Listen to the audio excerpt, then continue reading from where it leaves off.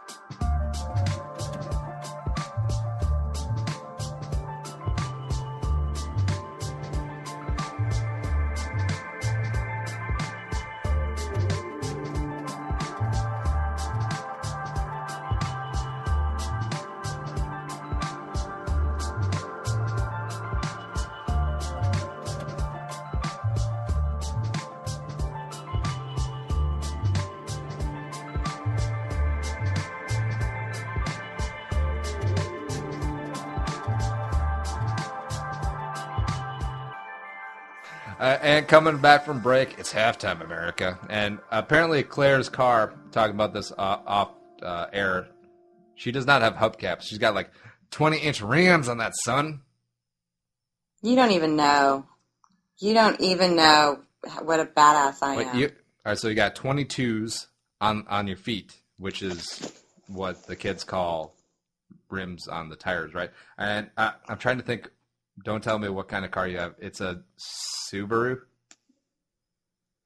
No, lesbians drive Subarus. So is that no? No, I'm not a lesbian.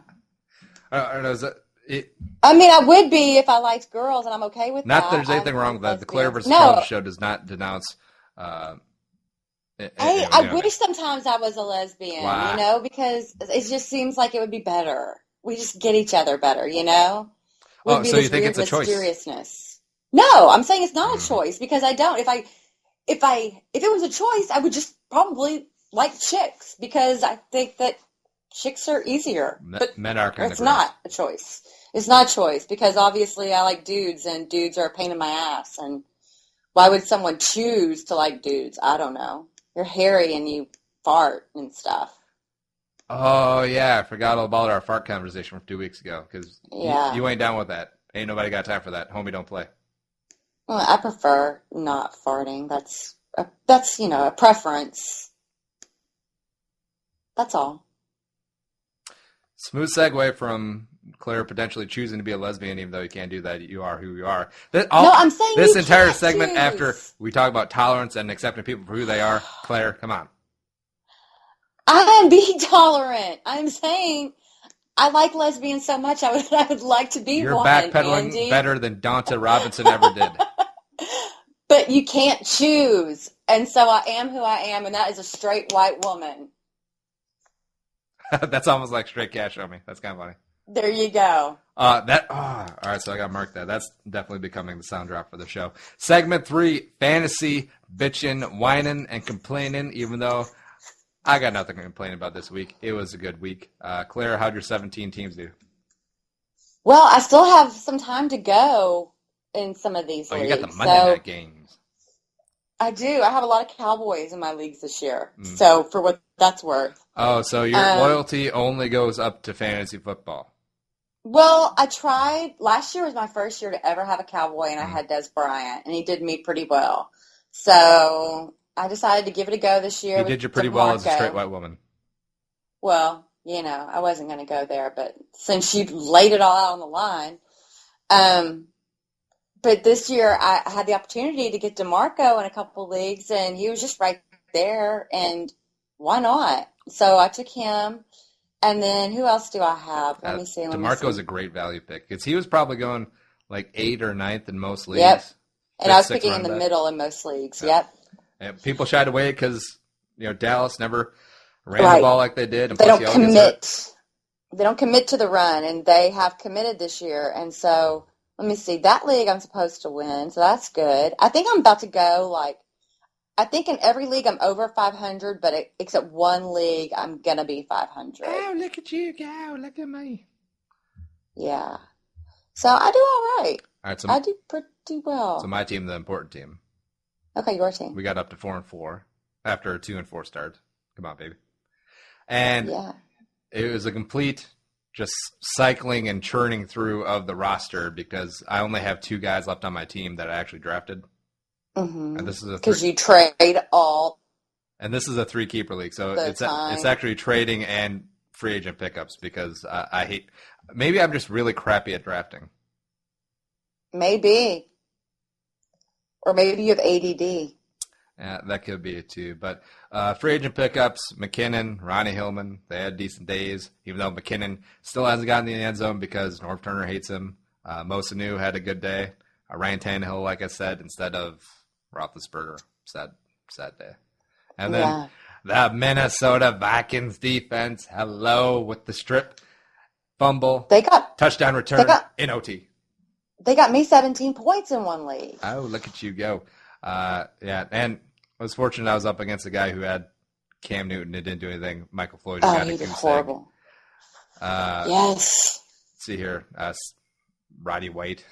didn't do much. Bell and Graham got theirs as usual, but I won pretty easily, so pretty happy with that. Yeah. NBD, no big deal. Coming for the playoffs. Apparently it's not a big deal. Look at you. And plus I got Josh Gordon, so come week 12 for the stretch run. Oh my gosh. Hammer time? Hammer time. Yeah, and I think I have to use him over Brandon Marshall because he's been sucking lately. Yeah, he has. His numbers have been pathetic. Yeah. But that's pathetic. Overall fantasy griping. Now, are you going to be making the playoffs in all of your big money leagues because you're degenerate? I would say in 3 of the 5, I should make the playoffs. Ooh.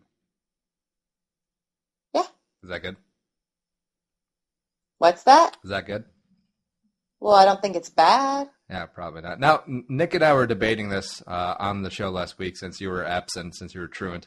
Now, what's your take on money fantasy leagues versus non-money fantasy leagues? Because we kind of feel like when there's too much money on the line, it gets you go overboard. It gets too catty, it gets too serious, and where fantasy football is supposed to be fun. I've never played for more than a $50 buy-in. Mm-hmm. So, I mean, money has never been the most important part of it to me. And I've always been able to separate it, too. Like, it's a game. I mean, I'm never going to want my fantasy player to beat my real player in real life.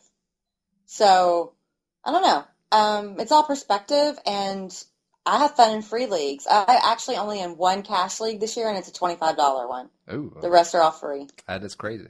All right, so say you're in the championship game, and then it's week 16, Texans at whatever.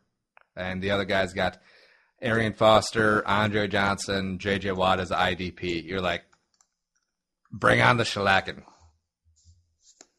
Yeah, if it comes down to it, sure. I mean, I don't sit there and actively root for fantasy players as the game goes on, really. I mean, I have them in too many leagues. There's too many players. I can't even keep up. See, that's what I told you about being in 5 leagues. Everything is a hedge. But it's okay because I still like the planning of putting the players in position and then looking back toward the end of, the Sunday games and seeing how everybody did. I'm still using my intuition and my judgment on putting players in position to win during the week, but I'm not worried about it on Sunday usually. It makes it less fun. You're not worried about it on Sunday as a straight white woman? That pretty much, yeah. All right. Pretty much. All right, so that's fantasy bitching. North Carolina, UNC, Chapel Hill, apparently was offering fake classes for athletes. About 3,100 students came through, got paper credits, and all this nonsense. And it seems like a low-level story because I feel like this happens at every single major sports college institution, right? Well, yeah. I mean, it feels like it does, and it was always it feels like an understood sort of thing. You always assume that this happened. Even if it didn't happen, you kind of figure that someone's writing the papers for those jocks who, have an IQ of 50 and are in college now and have to write papers on things and pass or else they don't play.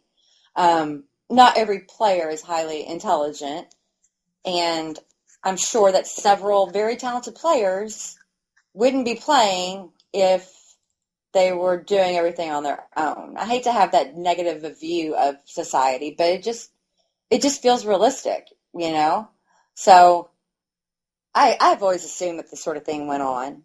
It's interesting to hear about that it's actually happening, but apparently they get to keep their degrees, the UNC students, whether or not they find that there was fraud committed. Oh, yeah. And, yeah, so 3,100 students apparently enrolled in fake classes and now have a degree stamped with the seal of the University of North Carolina, Chapel Hill.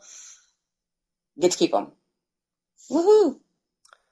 Really random fact. Did you know that to graduate from UNC Chapel Hill, you have to pass a swim test? What? Yeah, because apparently